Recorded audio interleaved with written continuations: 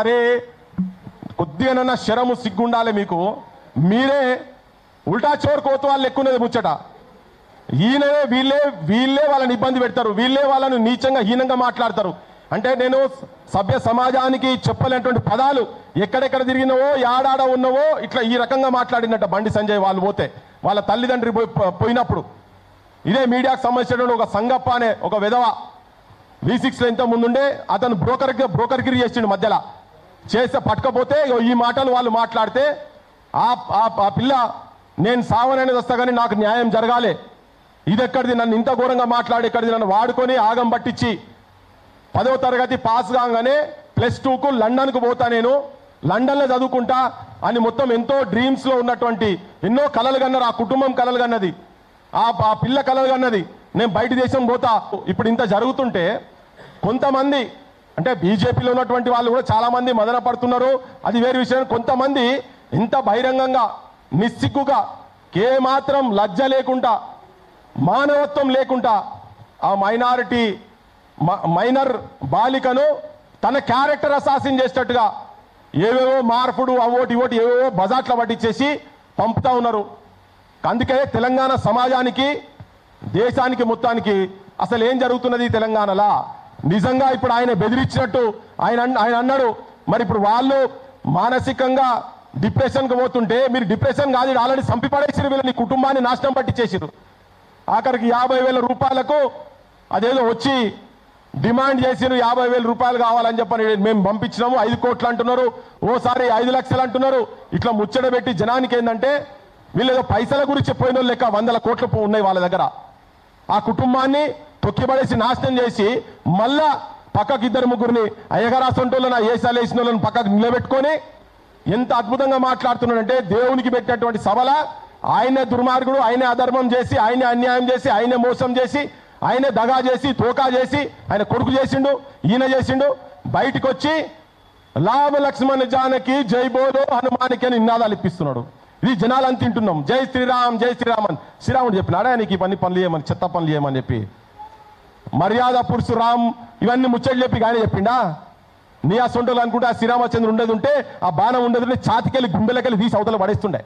నిజంగానే కనుక రాముడు అంటాడు ఆ గవర్నమెంట్లో ఎవడన్నా ఉండేది ఉంటే ఇప్పటికైనా తీసుకోపోయి ఇంట్లో కాదు బొక్కల వరేయాలి. బండి సంజయ్ని కూడా బొక్కల వరేయాలి, ఒక కొడుకుని కాదు.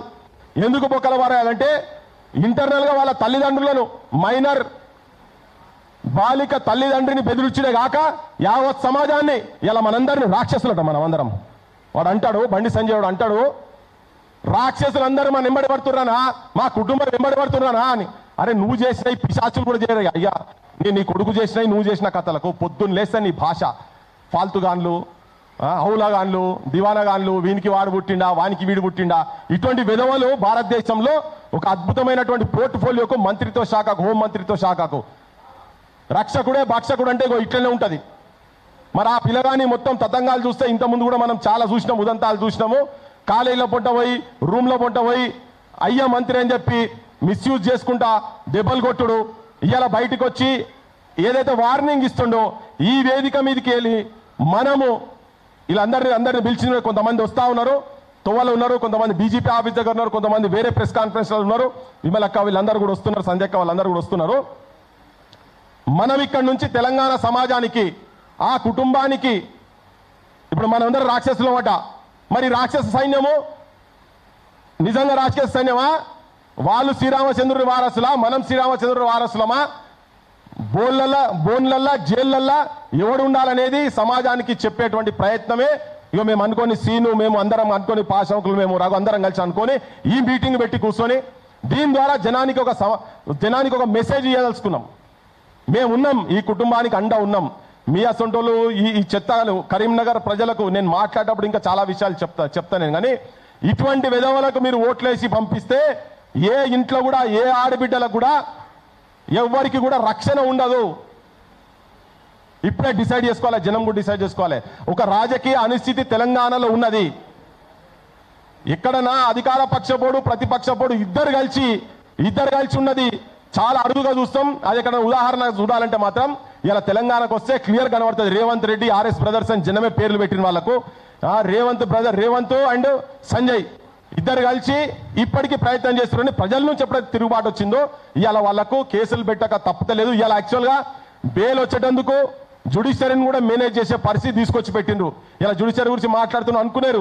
ఇలా నోట్ల కట్టలతోని జడ్జిల ఇళ్లలో నోట్ల కట్టలు దొరుకుతున్నాయి. చాలా జడ్జిమెంట్లు, ఈవెన్ నిరుద్యోగులకు సంబంధించిన జడ్జిమెంట్లు కూడా ఎట్లా వచ్చినాయో మనకు అందరికి ఎరికే. నిరుద్యోగులను అడిగితే దాని మీద ఓ గ్రంథాలు చెప్తారు వాళ్ళు ఏ టైంలో ఎట్లా జరిగింది అనే సంగతి. అందుకని అన్నింటిని మేనేజ్ చేసే ప్రయత్నం చేస్తూ ఉన్నారు. కాబట్టి ఆల్రెడీ గవర్నమెంట్లో రెండు కలిస్తున్నాయి. కానీ ఇలా ప్రజలుగా మనం ఆ కుటుంబానికి అండగా ఉండాలి.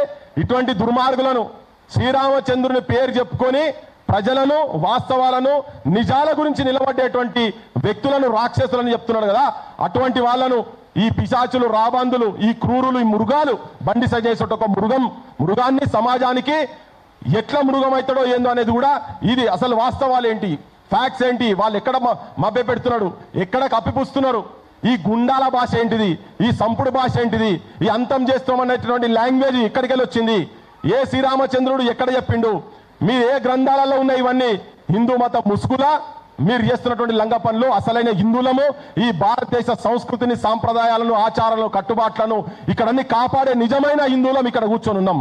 ఇలా నిన్ననే చెప్పిండు సుప్రీంకోర్టు జడ్జి చెప్పిండు, హిందుత్వం అంటే అదొక వే ఆఫ్ లైఫ్ అని, ఒక జీవన విధానం అని. ఆ జీవన విధానాన్ని గుండెలలో నింపుకున్న వాళ్ళందరం ఇక్కడ ఉన్నాం. నువ్వు చెప్తున్నటువంటి రాక్షస జాతి ఏది ఉన్నారో అసలైన హిందువులం మేము, మీరు నకిలీ గాళ్ళు, మీరు డూప్లికేట్ గాళ్ళు, దొంగలు మీరు. చాలా బాహాటంగా సమాజం కూడా బరి గీయాల్సిన అవసరం ఉన్నది. అటుపక్కకి ఎవడు ఉంటాడో ఇటుపక్కకి ఎవడు ఉంటాడో క్లియర్ కట్ గా ఇప్పుడు తేలాలే. వాళ్ళు సంపే భాష మాట్లాడుతారు. వెంటనే ఆయనను మంత్రి పదవి నుంచి తీసి పడాలి, లేకపోతే ఈ బురద మొత్తం బీజేపీ గవర్నమెంట్ కు, నరేంద్ర మోడీ కూడా తగులుతుంది. అరే ఎట్లా పోక్సో అందరికి ఇదే న్యాయం జరుగుతుందా? ఈ చట్టం కింద పోక్సో పెట్టిందే, ఆ చట్టం పెట్టిందే ఇటువంటి క్రిమినల్ నా కొడుకుల గురించి పెట్టిండ్రు. కానీ ఇన్ని రోజుల తర్వాత కూడా ఇంకా ఆయన మేళ్లు పెడుతున్నట, గవర్నమెంట్కు ఆయన మేళ్లు పెడుతుండు. డీజీపీ అంటే ఆయన మాట్లాడతాడు, ఎంత వాస్తవమో తెలియదు. కానీ పోలీసు వాళ్ళంతా ప్రధానమంత్రి సెక్యూరిటీ కార్డు ఉన్నారండి. పురియం ఇది ఎక్కడ ఆయన ఏం మాటలు మాట్లాడుతున్నారు ఇవన్నీ. సో ఇప్పటిదాకా వీళ్ళు రక్షించే ప్రయత్నం చేసిండ్రు. ఒక దుర్మార్గుణ్ణి, ఒక నీచుణ్ణి, ఒక కిరాతకుణ్ణి, ఒక కసాయిగాన్ని. నేను చాలా హార్ష్ పదాలు వాడుతున్నా, నేను కూడా చాలా స్ట్రాంగ్ మెసేజ్ జనంకి ఏదలుచుకున్నా. జనం ఎటు పక్కకుంటాడు, ఎందుకు కసాయి, ఎందుకు నీచుడు, అభంశువం తెలుగుని ఒక చిన్న పిల్లను తన ఫ్యూచర్ ఎక్కడో బయటి దేశాల్లో పోయి చదువుకుంటా అని చెప్పి డిసైడ్ అయిన పిల్లను ఫస్ట్ పరిచయం పేరుతోటి, తర్వాత మంచిగున్నదని చెప్పి కళ్ళు పడి కామాంధులు లెక్క ప్రేమాన్ని వెంటబడి, కాదు అని అంటే పెళ్లి చేసుకుంటా అని చెప్పని ఎంబడిపడి, ఆఖరికి ఏమేం చేసిండు అంత సమాజానికి అంత తెలుసు. అంత చేసినాక పెళ్లి చేసుకుంటా, నీ ఇంటికి వస్తా, నా ఇంటికి వస్తా అని అందరిని తీసుకుపోయి అడ్డి తిప్పి ఇవాళ అవే ఫోటోలు పెట్టి సమాజంలో తిప్పుతున్నాడు. క్యారెక్టర్ అసాసిన్ చేస్తున్నాడు ఆ పిల్లను. బేస్ మెచ్చుకోవాలి నిజంగా. సమ్మక్క సారక్క వారసురాలు, రాణి రుద్రమదేవి వారసురాలు, సాకలైలమ్మ వారసురాలు కనుక ఆ తల్లి పోయి పోలీస్ స్టేషన్లో కూర్చున్నది. నువ్వు పెడతావా, చర్య తీసుకుంటావా లేదంటే మామూలు విషయం కాదు. పెద్ద పర్వతాన్ని గడపార పెట్టి కొడుతున్నట్టుగా ఇప్పుడు వాళ్ళు బండి సంజయ్ని ఎదురించినందుకు. ఇంత జరిగినాక కూడా నిర్లజ్జగా, నిస్సిగ్గుగా వేదికల మీదకి ఎక్కి ఉల్టా డాగులు బెదిరిస్తున్నాడు చూసినావా.